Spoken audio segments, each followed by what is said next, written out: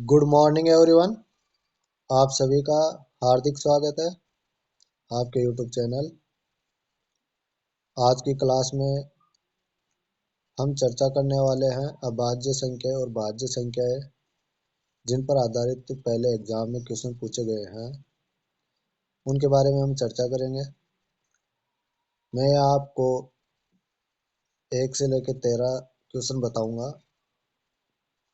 और ये सारे क्वेश्चन आरआरबी में, NTPC, RPF, group D, loco pilot, JE, इन सभी में पूछे गए क्वेश्चन है।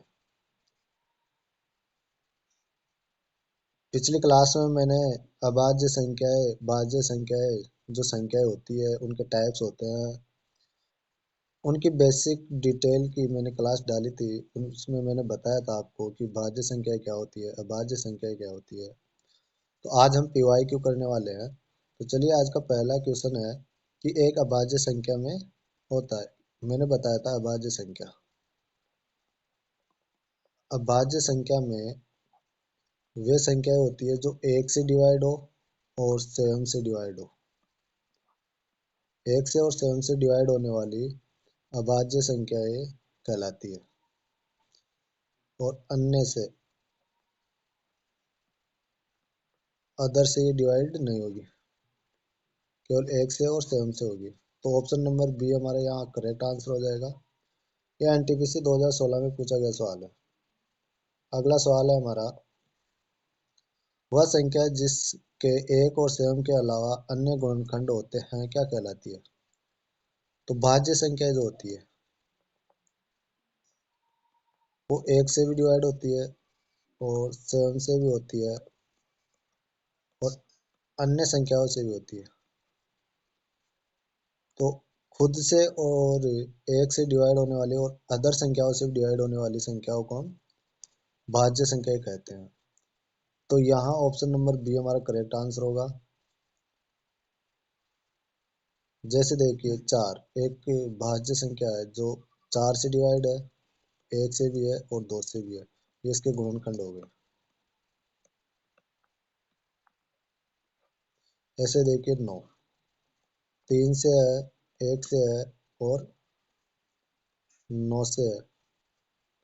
तो खुद से भी है, 3 से भी है और 1 से है। इसी प्रकार 12 देखिए, 12 है, 12 से, 6 से, 4 से, 3 से, 2 से और 1 से। तो ये भी एक क्या है, भाज्य संख्या है। तो ऑप्शन नंबर बी हमारा करेक्ट आंसर होगा। ये 2021 में पूछा गया है एनटीपीसी में। अगला क्वेश्चन देखिए हमारा। अगला क्वेश्चन है, सबसे छोटी भाज्य संख्या और जीरो को छोड़कर किसी भी पूर्ण संख्या का गुणनफल क्या होगा? अब हमें ये पता होना चाहिए कि भाज्य अभाज्य संख्याएं जो होती है, अभाज्य संख्याएं वो 2 से स्टार्ट होती है। 2, 3, 5, 7, 11, 13, 17, 19, इसी प्रकार आगे तक है ना। तो जो सबसे छोटी अभाज्य संख्या है वो है 2 और ये एकमात्र इवन नंबर है, यानी कि सम संख्या है। और पूर्ण जो संख्या होती है वो 0 से शुरू होती है। 0, 1, 2, 3, 4, ऐसे आगे तक। तो ये बोल रहा है कि 0 से गुणा नहीं करना, बाकी ये सबसे गुणा करना। तो सबसे छोटी अभाज्य संख्या 2 हो गई। 2 को इन संख्याओं से गुणा करना है, किसी से भी कर लो इनसे। जैसे 2 को 1 से गुणा किया तो 2, 2 को 2 से गुणा किया 4, 2 को 3 से गुणा किया 6। सभी में देखो सम संख्या आ रही है। सम संख्या तो हमेशा क्या आएगी, हमेशा सम संख्या आएगी। तो हमारा option number c correct answer होगा, हमेशा सम संख्या। ये आरआरबी आरपीएफ में पूछा गया है। अगला क्वेश्चन देखो हमारा। अगला क्वेश्चन है, निम्न में से 1 से 20 तक अंकों में अभाज्य अंक श्रृंखला बताइए। ये RRB assistant loco pilot and technician की जो भर्ती थी 2018, उसमें पूछा गया सवाल है। तो देखिए कितना इजी सवाल है। हमें पता है कि अभाज्य संख्याएं 2 से स्टार्ट होती है।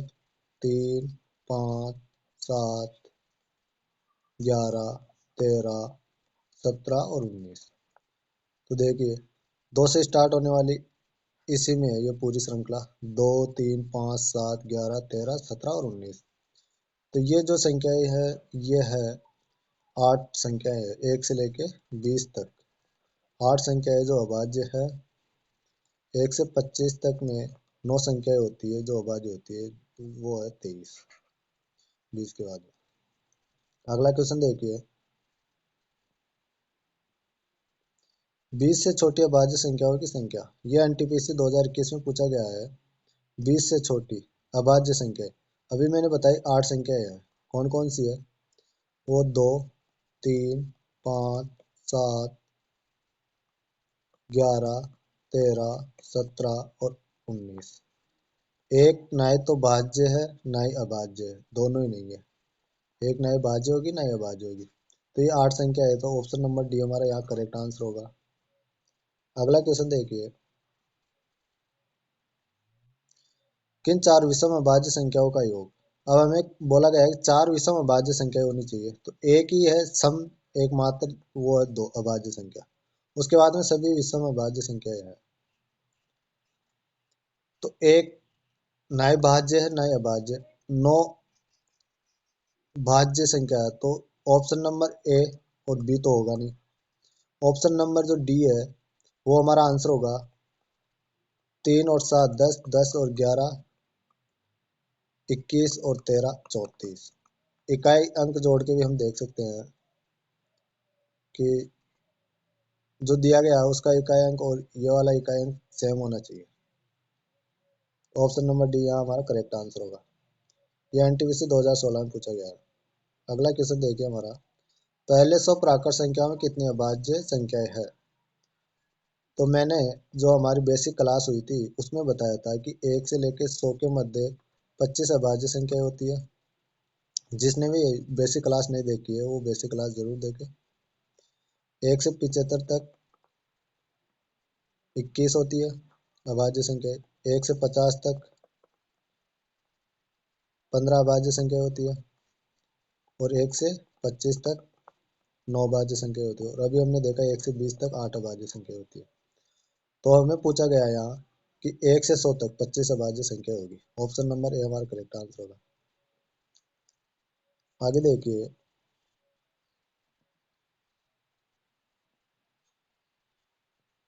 अगला सवाल है हमारा, पहली 200 विषम प्राकृत संख्याओं में कितनी अभाज्य संख्या है। पहली 200 विषम प्राकृत संख्या लिख लेते हैं हम। तो 1 से लेके जो 200 तक है जिसमें विषम प्राकृत संख्या है। नेचुरल नंबर 1 से स्टार्ट होते हैं। इस मैंने नंबर्स के टाइप में सारे प्रकार बता दिए हैं हमारी बेसिक क्लास में, उसमें जाके आप जरूर देखें। तो हमें विषम पूछा गया है, तो फर्स्ट तो अभाज्य संख्या वो है 2, फिर 3 है, फिर 5 है, फिर 7 है, फिर 11 है, फिर 13 है।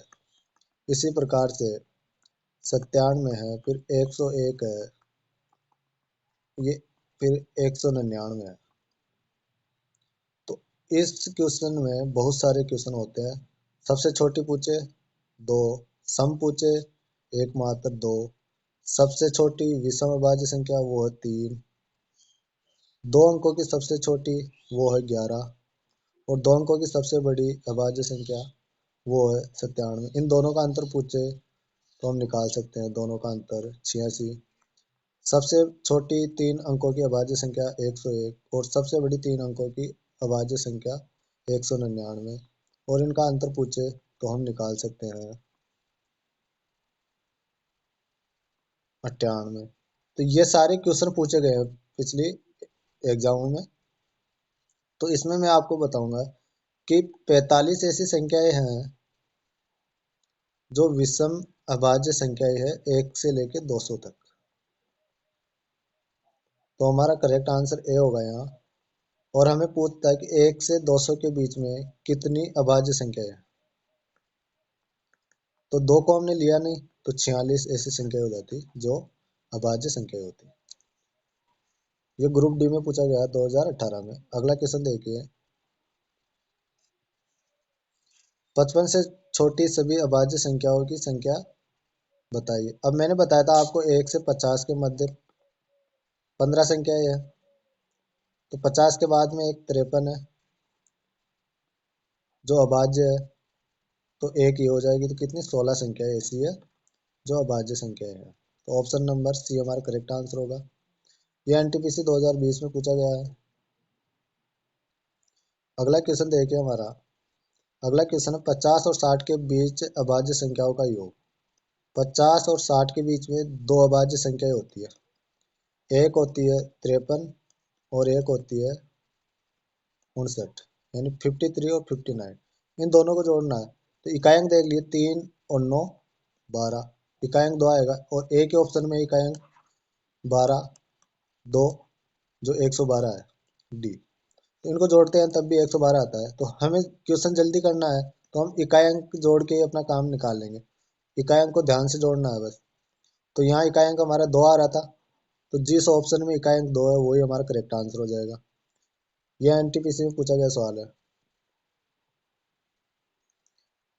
50 और 80 के बीच की अभाज्य संख्याओं का योग। अब देखिए 50 और 80 के बीच में जो अभाज्य संख्या है उनका योग पूछ रहा है। तो हम क्या करेंगे, इन सभी का इकाई अंक जोड़ेंगे। तो 53, उसके बाद में है 59, फिर है 61, फिर है उसके बाद में 67, और इसके बाद में 71, फिर 73, फिर है 79। सभी को जोड़िए। 3 और 9 12, 12 और 1 13, 13 और 7 20, 20 1 21, 21 और 4 सॉरी 21 और 3 24, 24 और 9 33। तो इकाई अंक 3 और एक ही ऑप्शन है जिसमें इकाई अंक 3 है, वो है हमारा ऑप्शन नंबर सी 463। 463 हमारा करेक्ट आंसर होगा यहाँ। ये कांस्टेबल आरपीएफ जो कांस्टेबल होता है उसमें पूछा गया सवाल है। तो देखिए ये जल्दी करने का तरीका होता है, इसे पूरा भी जोड़ लीजिए आप तब भी यही आएगा।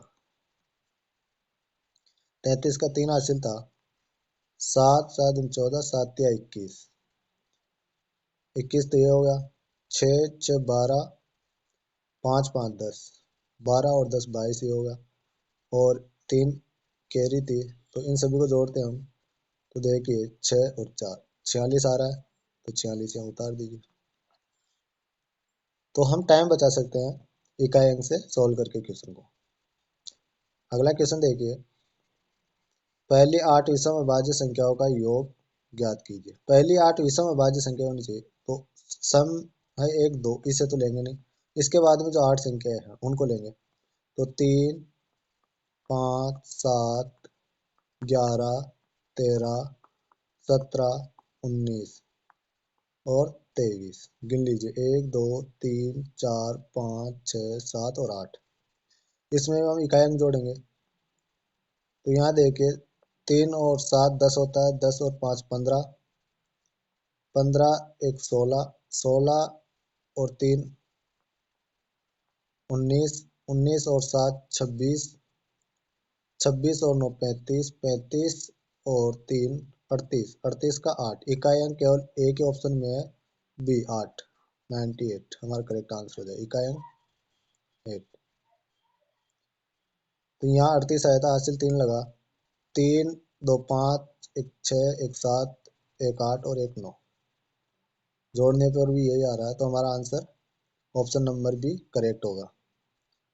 देखिए इकाईदाई अंक आपको पता होना चाहिए। जैसे मैं लिखूँ 6 7 8 3 4, तो जो पहला अंक इधर से गिनेंगे हम, इकाई दहाई सैकड़ा हजार 10,000, तो ये होता है इकाई अंक। इसके बारे में मैं आपको बता रहा हूँ। अगला क्वेश्चन देखिए। अगला क्वेश्चन है धनात्मक पूर्णांकों 60 और 100 के बीच कितनी अभाज्य संख्याएं हैं। 60 और 100 के बीच में हमें अभाज्य संख्या बतानी। तो मैंने बताया आपको कि 1 और 100 के बीच में 25 है, और 1 और 50 के बीच में 15 है। तो इन दोनों के बीच पूछता तो कितनी 10 थी। 10 अभाज्य संख्या कहाँ से थी? 50 से लेके 100 के बीच। लेकिन इसने 60 से 100 के बीच पूछी है, तो हमें पता है कि 50 से 60 के बीच में दो अभाज्य संख्या आती है। एक तो वो है 53 और एक है 59। तो इसमें से दो और घटा देंगे हम 10 में से, तो कितनी आ जाएगी हमारे पास? 8 संख्या आ जाएगी।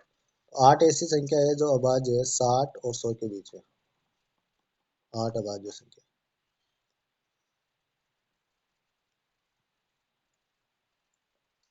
तो दोस्तों, आज की क्लास हम यही समाप्त करते हैं। हमारे 13 क्वेश्चन कंप्लीट हो गए हैं। आपको ये वीडियो कैसा लगा कमेंट करके ज़रूर बताएं, और वीडियो को लाइक करें, शेयर करें और चैनल को सब्सक्राइब करें। जय हिंद, जय भारत।